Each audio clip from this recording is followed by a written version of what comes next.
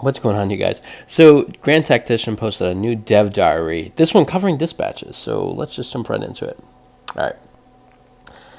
When playing the battles in Grand Tactician, the Civil War, even though the game pace is not hectic, the player will not be able to follow every single corner of the action. To help, the game offers a collection of papers to inform about important development in the front or to get an overview of the situation and status of troops.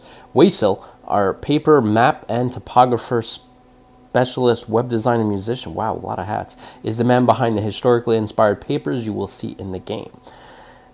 General papers. The first paper presented to you when starting a battle is the map. Instead of traditional mini-map you see in most games, we decided to go for a full screen map drawn in historical style, showing the overall situation of the battle. The map style is hand-drawn by Wasil as RR, drawing inspiration from the maps Civil War generals had available, usually drawn by the engineer officers under their command. Our digital paper map is cunningly layered with hand-drawn elements like wear and tear, the legends, but also contains dynamically changing elements like battle information, the units, and so on. Some ahistorical choices needed to be made, for example, because for gameplay reasons we needed to show commander's position on the map, which was not done in the historical maps. Here we choose to commonly understood NATO symbols.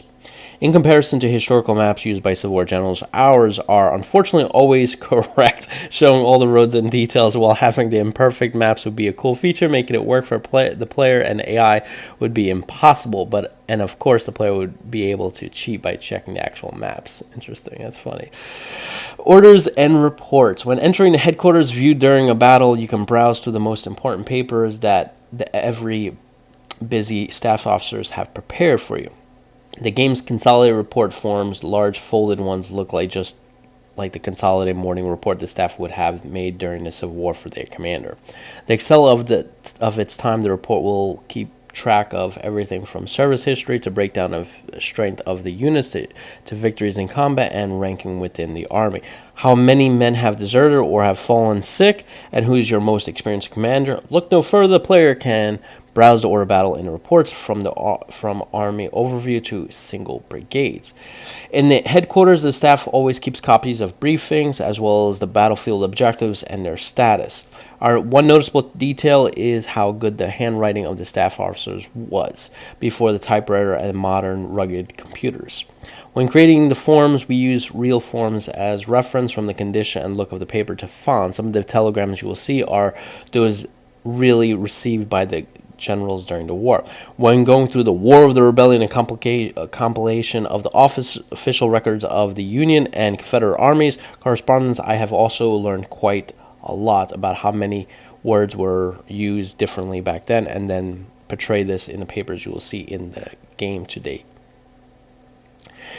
Military dispatch. With your army fighting in a battlefield, it's important to know the latest information about the situation of your subordinates. As the player cannot be everywhere, we decided to teach the AI commander send short dispatches when something of note happens. Whether they capture an objective, run into combat with the enemy, or run low on ammunition, a messenger will deliver the information to you to review.